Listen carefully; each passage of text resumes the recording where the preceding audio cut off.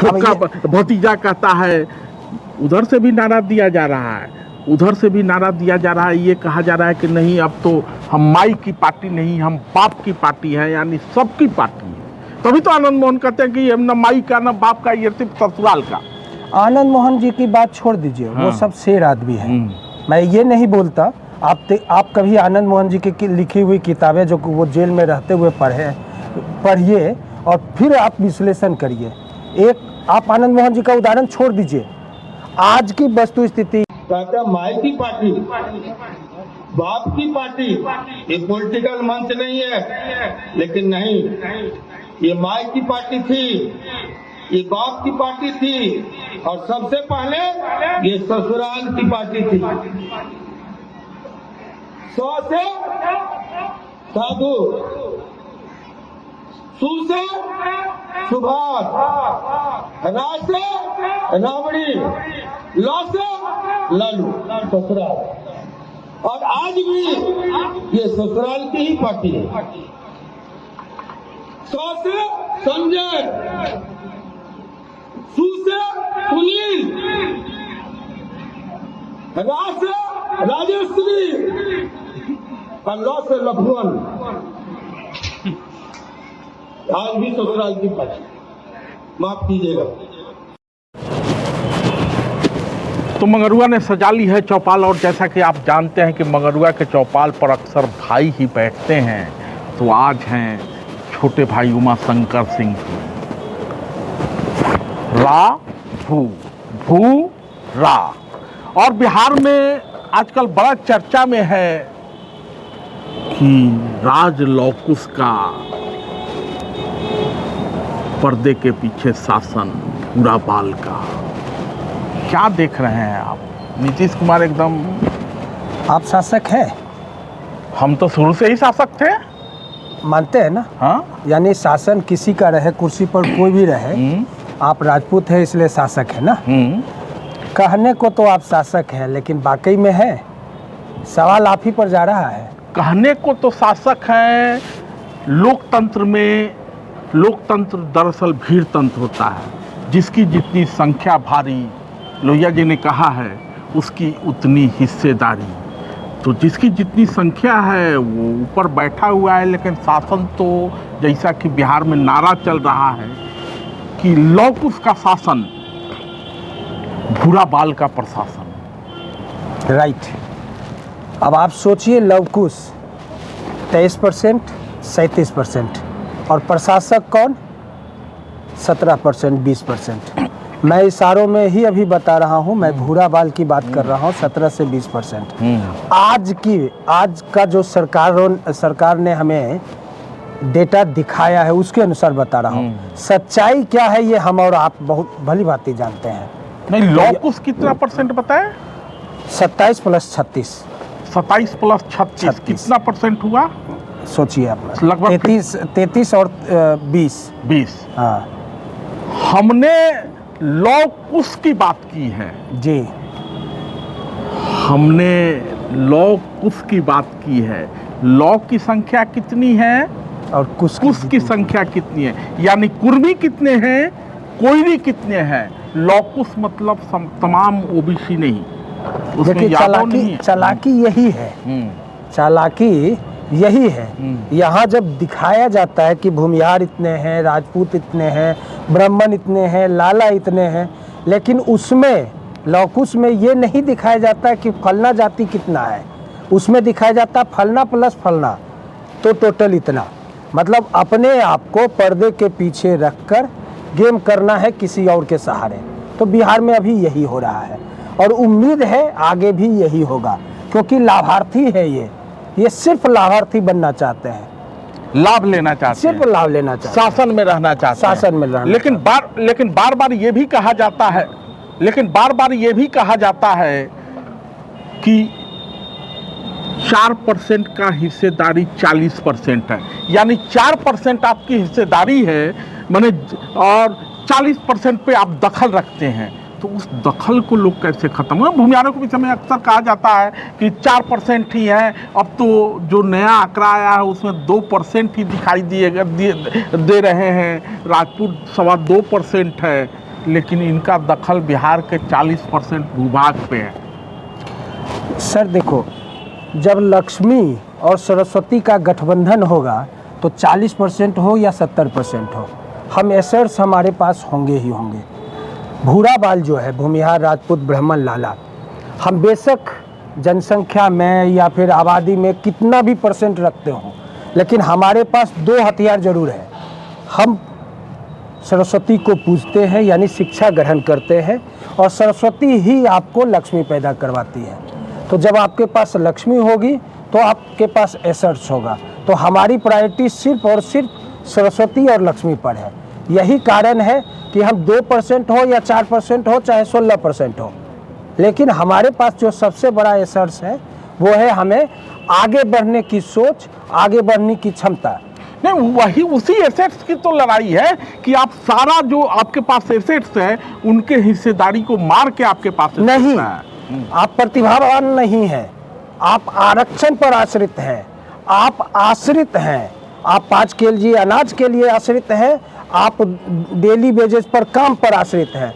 आपको आरक्षण दिया गया, सिर्फ इसलिए आरक्षण दिया गया कि आप भी सामर्थ्यवान बनिए, लेकिन आरक्षण को आज आपने खेला बना दिया, क्योंकि आरक्षण को आधार बना दिया सत्ता पर आने के लिए। हमने सत्ता को कभी अपना प्रायोरिटी नहीं माना, हमारी प्रायोरिटी थी लिखने पढ़ने और शासन में। तो शासन करने के लिए कोई जरूरी नहीं है कि कुर्सी पर हम ही बैठे हैं, इसलिए प्रशासक हम अच्छे हो सकते हैं, अच्छे हैं। माने ऊपर लौकुश बैठा रहेगा लेकिन नीचे शासन बुरा बाल करेगा। बिल्कुल करेगा, बिल्कुल करेगा। देखिए, सामर्थ्यवान समर्थ को कोई दोष नहीं घुसाए, तो ये होगा सर, होगा। आप पढ़िए ना, आपको आरक्षण किस लिए दिया गया? आरक्षण सिर्फ इसलिए नहीं दिया गया कि सरकारी नौकरी आप करिए और घर में आके शाम में 200 रुपये का पौवा मारिए और घर में आके अपनी बीबी को पीटिए और कहिए कि हम तो भाई आरक्षण वाले हैं, हमें तो 40,000 का पैसा मिल गया। तो ये 40,000 जो है ना, लोगों को बंधुआ मजदूरी की ओर धकेल रहा है। आज आरक्षण पर विचार करने की जरूरत है। नहीं, आप 5 किलो अनाज की बात कर रहे थे जी, आप 5 किलो अनाज की बात कर रहे थे, आप आरक्षण की बात कर रहे थे, लेकिन वो 5 किलो अनाज भी जिसका 40% पर दखल है उसी के खेत से आ रहा है, और उसने जो प्रतिभा के कारण जो नौकरी करता है, जो व्यवसाय करता है, जो टैक्स देता है, उसी के पैसे से बाकी व्यवस्थाएं भी हो रही हैं। जैसे कोई कह रहा है कि महिलाओं के लिए 2100 देंगे, तो कोई कहता है 2500 देंगे, तो कोई कहता है फ्री कर देंगे। संतोष जी, आपसे एक सवाल है, आरक्षण कितने % है? मोटा मोटी 50% के करीब, ठीक है। इस बार आप पिछले साल का जेई का रिजल्ट देख लीजिए, मेडिकल का रिजल्ट देख लीजिए, यूपीएससी का रिजल्ट देख लीजिए, जहां अनारक्षित लोग अपने प्रतिभा पर उभर कर बार बार आ रहे हैं, अपनी प्रतिभा को साबित कर रहे हैं। जो आरक्षण चाहने वाले लोग हैं वो अपना सिलेक्शन तो देख रहे हैं, लेकिन प्रतिभा नहीं देख रहे हैं। ज्ञानी बनिए, सामर्थ्यवान बनिए। जब सामर्थ्यवान होंगे तभी आप रूलर बन सकते हैं। देखिए, एक बड़ा सवाल उमाशंकर जी ये भी है कि आप अनारक्षित हैं, लेकिन हमने कभी आरक्षण को लेकर सवाल नहीं उठाया। हमने कभी 50% दो, 60% दो, 15% दो, 20% दो। माल कौन खा रहा है, मलाई कौन ले रहा है, और छोड़ना कौन नहीं चाहता। आप आरक्षण भी ले रहे हैं, लेकिन अपने ही समाज के अन्य लोगों के लिए छोड़ना नहीं चाहते हैं। तभी देखे होंगे कि सुप्रीम कोर्ट में जब ओबीसी के क्रीमी लेयर की बात हुई और एससी एसटी के क्रीमी लेयर की बात हुई तो कितना बवाल मचा। जी बिल्कुल बिल्कुल। लेकिन हम लोग उन सब सवालों पे नहीं जाते हैं, हम लोग बस इस पे केंद्रित रहते हैं कि देखिए 35 साल तो हो गया, कभी बड़का भैया कभी छोटका भैया। तो 35 साल पहले, मैंने लगभग 30 साल पहले लालू जी ने नारा दिया था एक सम्मेलन में, भूरा बाल साफ करो। और 30 साल बाद जब छोटका भैया शासन कर रहे हैं तो नारा ये लग रहा है कि शासन लौकुश का, प्रशासन भूरा बाल के हाथ। तो क्या बदला बिहार में? देखिए सर, सच तो ये है कि आज वो सच्चाई बोल रहे हैं, सच बोल रहे हैं। लालू जी के समय में भी चले जाइए, मैं आपको दावे के साथ कह रहा हूँ, लालू जी के टेन्योर को उठाइए, मुख्यमंत्री वो थे, सेक्रेटरी हो, अंडर सेक्रेटरी हो, इवन उनके दरबारी जितने भी लोग थे वो कौन थे, उस समय का एक फोटोग्राफ्स उठाइए, उस समय का डेटाबेस उठाइए, आपको जवाब मिल जाएगा। और आज भी वही स्थिति है। मैं तो कहता हूँ, मेरा ये सोचना है कि अभी के समय में आरक्षण चाहने वाले और जनसंख्या में ज़्यादा से हिस्सेदारी दिखाने वाले पर केस होना चाहिए, उनको जेल भेजो। नहीं, आप बार बार आरक्षण के सवाल पे मेरी बात समझिए। मैं तो सामाजिक व्यवस्था की बात कर रहा हूँ। 35 साल से लगभग शासन है। 35 साल पहले लालू जी ने नारा दिया था, भूरा बाल साफ करो।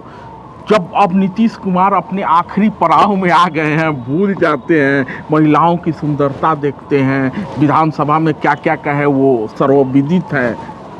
देखिए सर, देखिए, छोटा भतीजा कहता है, उधर से भी नारा दिया जा रहा है, उधर से भी नारा दिया जा रहा है, ये कहा जा रहा है कि नहीं, अब तो हम माई की पार्टी नहीं, हम बाप की पार्टी है, यानी सबकी पार्टी है। तभी तो आनंद मोहन कहते हैं कि न माई का न बाप का, ये सिर्फ ससुराल का। आनंद मोहन जी की बात छोड़ दीजिए, वो सब शेर आदमी है। मैं ये नहीं बोलता, आप कभी आनंद मोहन जी की लिखी हुई किताबें जो वो जेल में रहते हुए पढ़िए और फिर आप विश्लेषण करिए। एक आप आनंद मोहन जी का उदाहरण छोड़ दीजिए, आज की वस्तु स्थिति ये है। मैं अपने दर्शकों नहीं, एक सेकेंड, मैं अपने दर्शकों से पूछना चाहता हूं कि अगर आपको कोई सुविधा दी जा रही है, और सुविधा इसलिए दी जा रही है कि आप कैपेबल बनिए, कैपेबल बनने के जगह पर अगर आप उस सुविधा का मिसयूज करने लगेंगे तो फिर क्या होना चाहिए आपको? अब कितना कैपेबिलिटी चाहते हैं उमा शंकर जी? ये पशुपालन विभाग के सर्वेंट क्वार्टर में रहने वाला लालू यादव 10,000 करोड़ का मालिक हो जाता है।